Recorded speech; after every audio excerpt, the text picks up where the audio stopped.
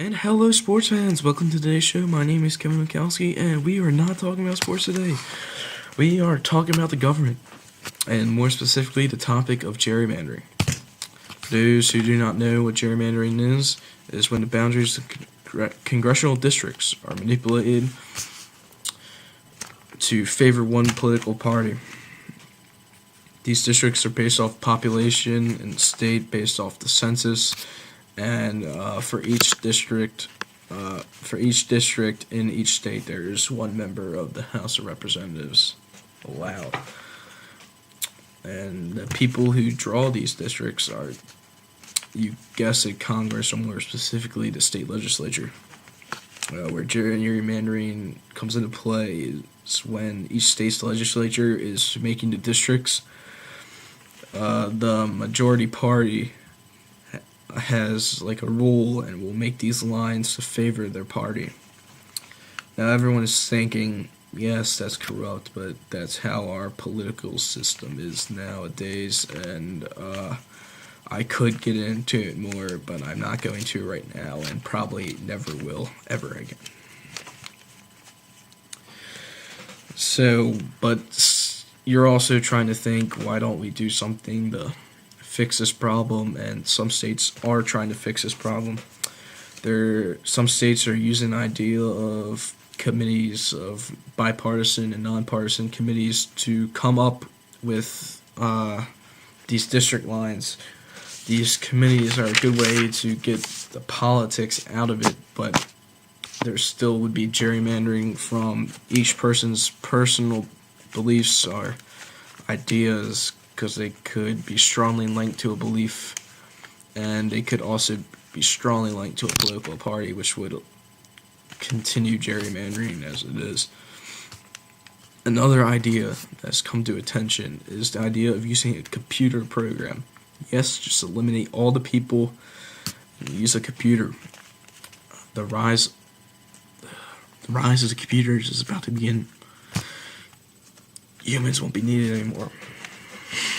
But to get back on topic, this computer program was made by Brian Olson, who is a software engineer from Massachusetts, and he actually decided on his spare time, why not make a computer program to help redistricting? Because who has time for that, right? This man really needs to get a life. Someone set him up with a girlfriend, because I think he needs one. But this is an ideal situation because it is supposed to completely eliminate gerrymandering.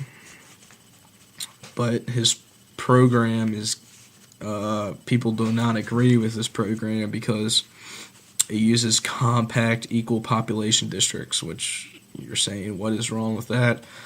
But people who make these district lines now highly considered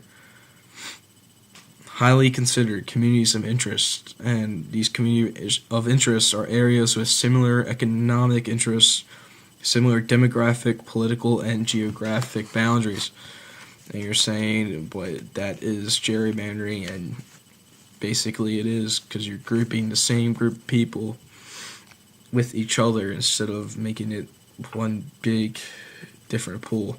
So but Brian's idea would get rid of gerrymandering, and it would allow the voters to select their politicians instead of the politicians selecting their voters, which is what it's supposed to be. We're supposed to vote for our politicians, and these politicians are not supposed to pick, oh, hey, you're a Republican too, I'm going to make you vote for me.